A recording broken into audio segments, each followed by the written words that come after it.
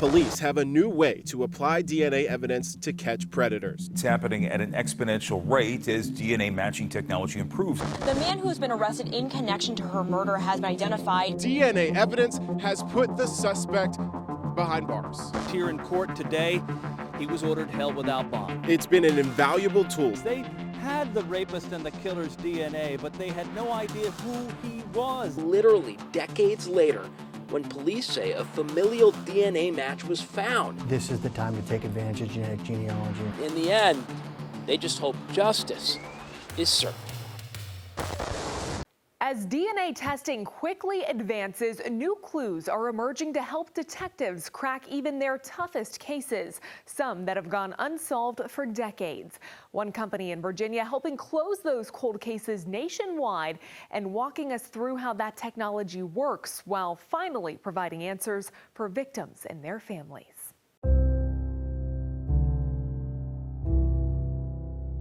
I was 10 years old and my mom got the phone call that asking, have you seen Jackie? She's missing. 40-year-old Jaclyn Lard was found dead last November in a secluded area of Woodbridge, Virginia. Police are offering a $20,000 reward to anyone with information leading to the arrest of the killer of Jaclyn Lard.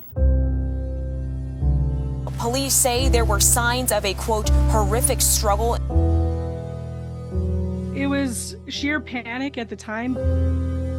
The murder of Jaclyn Lard has never been far from the minds of those who knew her best. Every couple of years, she would search the internet to see if anything new had come up. Tonight, there are new clues to an old murder case. DNA evidence and advanced technology being credited for answers to 2 Virginia cold cases. They were unsolved for more than 3 decades. Leads had been exhausted until forensic genetic genealogy came in the picture. Sorry, I'm going to get emotional now, but everything about what happened to Jackie has shaped the way I do business. I mean, the detectives cry. Some of them tell us, I can't retire until I solve this case. Without this outstanding technology, which involves rock-solid DNA evidence, we might not have been able to close this case ever.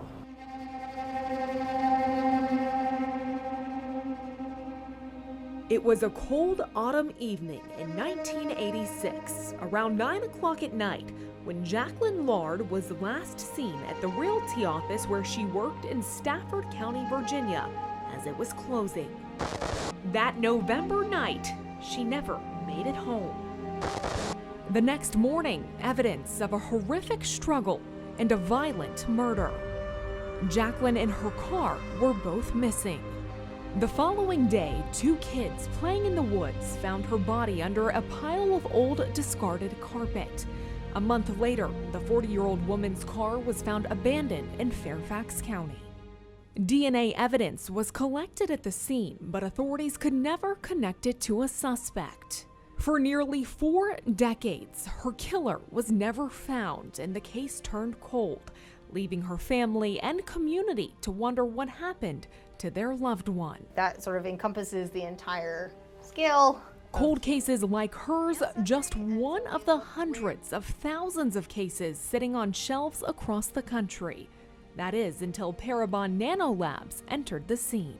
What Parabon does is really look at forensic DNA in a new way. Today, hundreds of cases have been solved using their DNA technology, finally giving families and victims some peace of mind. I mean, forensic DNA has been used for decades. It's been amazing in solving cases when a person is in a database or when the suspect is someone that the police have looked at, and they can do a direct comparison between the crime scene sample and that person. What we've done is come along and say, you know, there's a lot more information in DNA than just that one-to-one identity. We can actually generate new leads and give detectives new information just based on that DNA sample. Parabon Nanolabs, based in Reston, Virginia, is a DNA technology company made up of scientists and technologists who help bring violent criminals to justice. This genetic genealogy team has helped law enforcement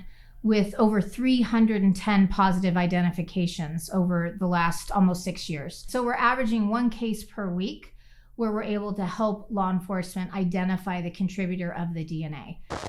59-year-old John Miller is shackled, wobbling. Usually detectives are coming to us with cold cases where they really have exhausted everything that they could think of. However, a lot of forward-thinking detectives these days are starting to realize, as soon as that DNA profile doesn't get a hit in the database, there are other pieces of information they could get from that DNA. And so we can do that analysis and sort of help them on their way, make it so that case doesn't go cold in the first place. Detectives contact Parabon, and once it's confirmed that the DNA is usable, it's sent off to the lab. These active cases that we work on, often that's a perpetrator who might have gone on to commit other crimes. And if this investigation had not been able to be closed quickly, other crimes could have happened. They can even work with mixed samples containing DNA from several people and then separate the suspect's information. As far as I know, we're the only ones who are able to do this with these difficult mixtures, and it's helped us with a lot of cases that couldn't be solved otherwise. A common misconception is that law enforcement is using DNA samples from popular genetic companies like Ancestry.com, 23andMe, and MyHeritage. So there are over 50 million people who have taken direct-to-consumer DNA tests. But unfortunately, the 3 largest companies, thus databases, have barred law enforcement's use. And so we are limited to the 2 smallest databases. Those are called GEDmatch and Family Tree DNA. You see it so much in the media. I've even heard it from my friends, like, oh, I don't want to take a 23andMe test because then, law enforcement would be able to use that information. No, no, no, no, no, no. They don't want to scare off their customers. They want to stay focused on their missions, which for 23andMe is health testing and for Ancestry is genealogy, and same with MyHeritage. The only way that your DNA data would be included in a search in a law enforcement case is if you take a test at one of those companies, then choose to download your data, and then choose to upload it to GEDmatch or Family Tree DNA. And not only that, but then click the button that says, and I opt in to law enforcement matching. It's a voluntary participation. You have to choose. You have to choose to be part of this. The only cases that are being investigated using genetic genealogy are violent crimes. So sexual assaults, homicides, or attempted homicides. If we could use those databases, we would be extremely successful, even more successful than we already are, at identifying violent criminals, stopping serial killers and serial rapists before they even become serial offenders. So it really is in the public's best interest for us to have access to that, and at some point maybe there will be enough pressure on those the management of those databases to allow it.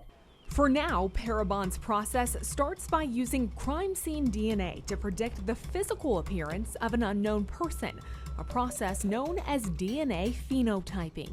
We're predicting that unknown person's eye color, hair color, skin color, freckling, the shape of their face, and then their genetic ancestry. So we're telling them what the prediction is, what the eye color is, but also what it's not.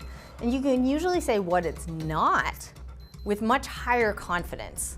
And so I couldn't tell a detective with confidence this DNA came from a blue-eyed person or a green-eyed person. I could tell them with more than 99% confidence this DNA did not come from someone with brown eyes.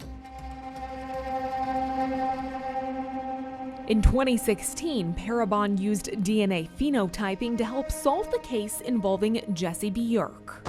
A lifeguard told police that she was abducted and raped while on the job today. Nothing like that has ever happened in this community before. An unknown man approached her and pulled out a gun. This is a case that has taken 3 years to crack. Detectives reached out to the team at Parabon, who then used crime scene DNA to create a phenotyping report of Jessie Bjork's predicted appearance. So the first thing we do is predict this person's skin color. You can see that his prediction sort of falls right at the edge of very fair and fair. We can say with 99.3% confidence he does not have brown skin, and 99.99% he does not have dark brown skin. So that's the first piece of information you can give to detectives to narrow down who they're looking for. And so he actually came out as primarily European, about 86%, but then a little bit Middle Eastern as well, about 14%.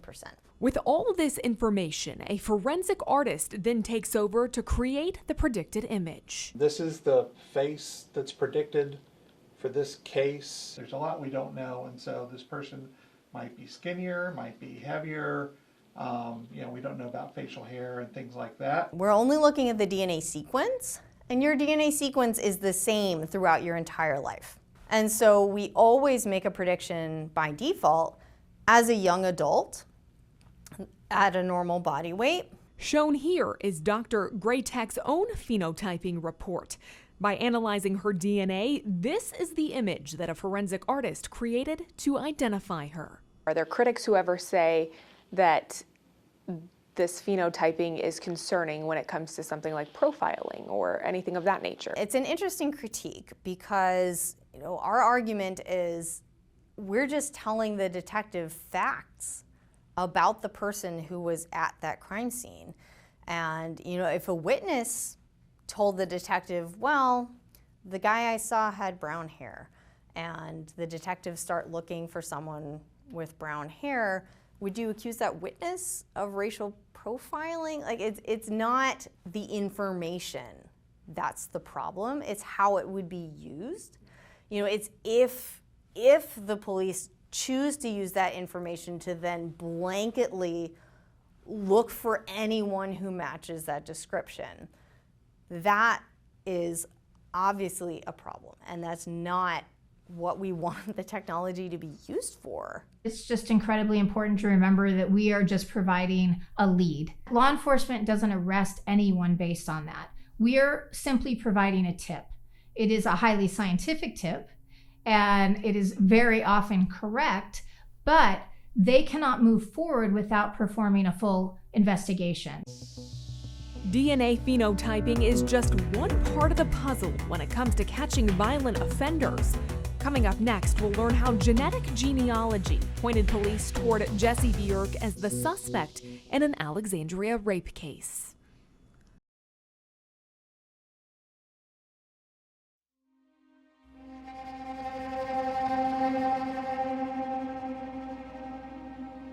An unknown man approached her and pulled out a gun. A 37-year-old man is in custody being charged for that 2016 rape. A DNA ancestry database search led police to the suspect and ultimately a guilty plea today. This is a case that has taken 3 years to crack. It's very likely this case would have remained unsolved. Jesse Bjork is a former nurse who was convicted of raping 2 female lifeguards at gunpoint. On Labor Day 2016, Alexandria police received a call around 2 p.m. from a panicked young woman. Okay, could you repeat your garbled? The 24-year-old from Bulgaria, who was spending a summer in the U.S., claimed a man had shown up while she was alone during her lifeguard shift at a local condominium pool, asking if he left his sandals there the previous day. The young woman showed him to the lost and found in a nearby secluded pump room, where he proceeded to pull out a gun and assault her. So this is where the forensic artist comes in. After years with no leads in the rape case, detectives turned to Parabon nanolabs to help crack the case. We were basically at a dead end with this investigation. Cold leads, everything had been kind of tracked down. And so without this outstanding technology, which involves rock-solid DNA evidence, we might not have been able to close this case ever.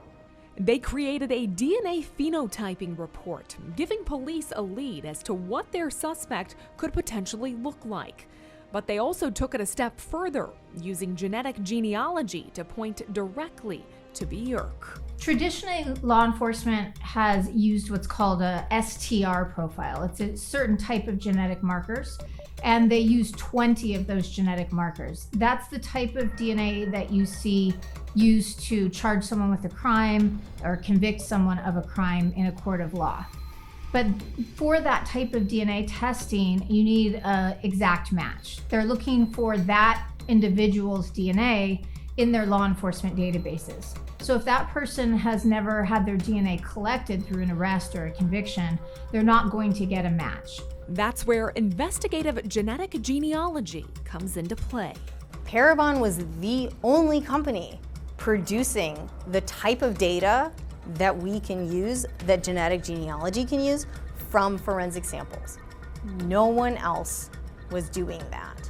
And so that was what made it possible. Genetic genealogy would not have been possible without the work that Parabon had done. My job is primarily building family trees. People talk a lot about genetic privacy and concerns about that, but I really don't spend a lot of time with the DNA. The DNA is just a guide. I am using traditional genealogical records like vital records, birth, marriage, divorce, death, census records, but I also use the internet. I can Google things and find family information. I'm using obituaries, and I'm using social media extensively to piece those trees back together. When it came to the Jessie Bjork case, Moore walked us through her process. We had uploaded the file to GEDmatch. From that, we get a list of people who share what we consider significant amounts of DNA with that unknown suspect. Now, significant can be under 1%, way under 1% in some cases. We didn't have very many promising matches, so that was a little disappointing. Then, not too long afterward, a new person uploaded to GEDmatch, and that was a really promising match. That individual was predicted to be a second cousin, might have even been a little closer than that. And so the next step is building trees. We don't only use one match. We use a web of matches because we're looking for someone who's related to all of those top matches. So there's a misconception that we solve these cases from just one match, one cousin, one relative, and that is not the case. So as I was building the trees, I could see that there were Italian matches. There were people sharing DNA with this suspect who had full Italian trees, meaning everyone on their family tree was Italian, going way back in time. So that tells me he's definitely going to be part Italian. Then I could see there were people who were fully Norwegian. Their trees were going straight back to Norway. Well, the only reason they would share DNA with him is if he was part Norwegian. And then finally, some of these trees were Acadian, French Canadians. So based on the ancestry predictions, plus the family tree building, I could tell he was going to be half Italian, and then 1/4 Norwegian, and 1/4 Acadian or French Canadian. And I finally found a marriage between an Italian individual and somebody who was half French Canadian and half Norwegian. And when I built that tree back in time, I connected to some of the other matches. It brought me to just one immediate family, and that couple only had one son. One final link let Moore know that this theory was extremely likely. As I was building these trees, I was all over the world and all over the country, and then it brought me right back very close to the scene of the crime. Once law enforcement received Bjork's name, they used saliva from a straw that he left behind at a restaurant and compared it to the DNA from the crime scene, securing that 1-to-1 match. His DNA also matched another lifeguard rape that happened in Fairfax in 2014. He pled guilty and is now serving 65 years for his crimes. The Bjork case was a success for Parabon, but being limited to the smallest DNA databases presents challenges. If we could upload to the big databases today, we would be solving these cases every day. I mean, law enforcement would be finding violent criminals left and right. But, we're struggling with the small databases, so that means a lot more work, and it means a lot more resources have to be put into it on the law enforcement side as well. As for the future, Moore says she's optimistic about how genetic genealogy will help close more cold cases. Over time, they are almost all solvable, but it's a matter of time and new people uploading. The good news is these databases are dynamic. They're always changing. New people upload every day and opt into law enforcement matching. So we might have a case that we've been hitting our head against the wall for years, and then a new person uploads and it completely changes the course of that case. Still to come, we'll hear the stories of families who are finally getting the answers they've searched for years.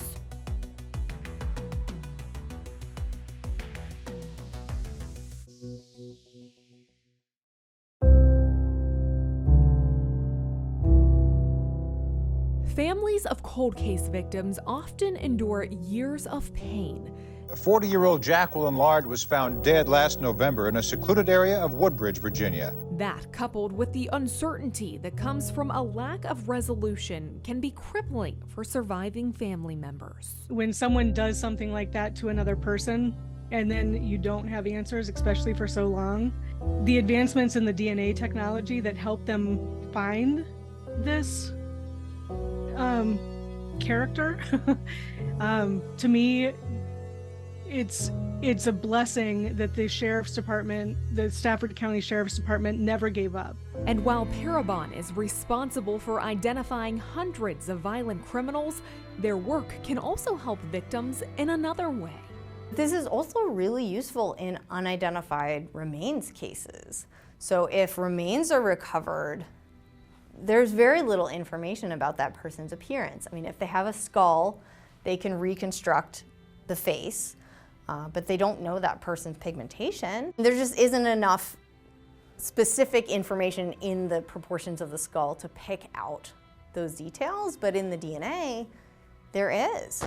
This was the key in identifying Roger Hearn Kelso, who went missing from his Glen Burnie, Maryland home in 1963 when he was around 20 years old. His remains were found in a dumpster 22 years later in 1985.